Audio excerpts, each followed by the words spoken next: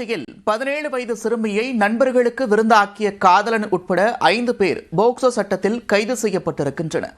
பாலியல் கொடுமையை வீடியோ எடுத்து மிரட்டியவர்கள் சிக்கியது எப்படி? தஞ்சாவூர் மாவட்டம் பாபநாசம் அருகில் ஒரு கிராமத்தை சேர்ந்த 17 வயது சிறுமியும் நாகலூர் கிராமத்தை சேர்ந்த அபினேஷ் என்ற இளைஞரும் காதலித்து வந்ததாக கூறப்படுகிறது. கடந்த 19ஆம் தேதி அந்த பகுதியில் உள்ள தென்னந்தோப்பில் பேச வேண்டும் என்று சிறுமியை அபினேஷ் அழைத்து சென்றுள்ளார்.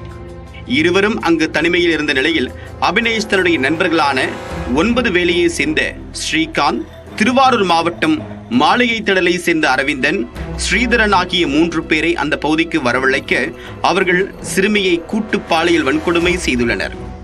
மேலும் இதனை தங்களுடைய மொபைலில் வீடியோவாகவும் பதிவு செய்துள்ளனர். இந்த சம்பவம் குறித்து பெற்றோர் உள்ளிட்ட யாரிடமும் தெரிவிக்காமல் சிறுமி இருந்துள்ளார். ஆனால் அந்த பகுதியை சேர்ந்த ஒருவர் இந்த தகவல் அறிந்து சைல்ட் லைனுக்கு தொடர்பு கொண்டு இந்த தகவலை தெரிவித்திருக்கிறார். இதையடுத்து அங்கு வந்த சைல்ட் லைன் அதிகாரிகள் சிறுமியிடம் விசாரணை செய்துள்ளனர். நடந்த சம்பவத்தை உறுதி செய்த பிறகு பாபநாசம் அனைத்து மகளிர் காவல் நிலையத்தில் புகார் அளித்துள்ளனர்.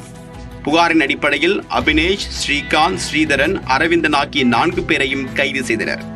மேலும் சிறுமியை பாலியல் வன்கொடுமை செய்த வீடியோவை சமூக வலைதளத்தில் பரப்பியதாக பூண்டியை சேர்ந்த ராகுல் என்ற இளைஞரையும் கைது செய்துள்ளனர்.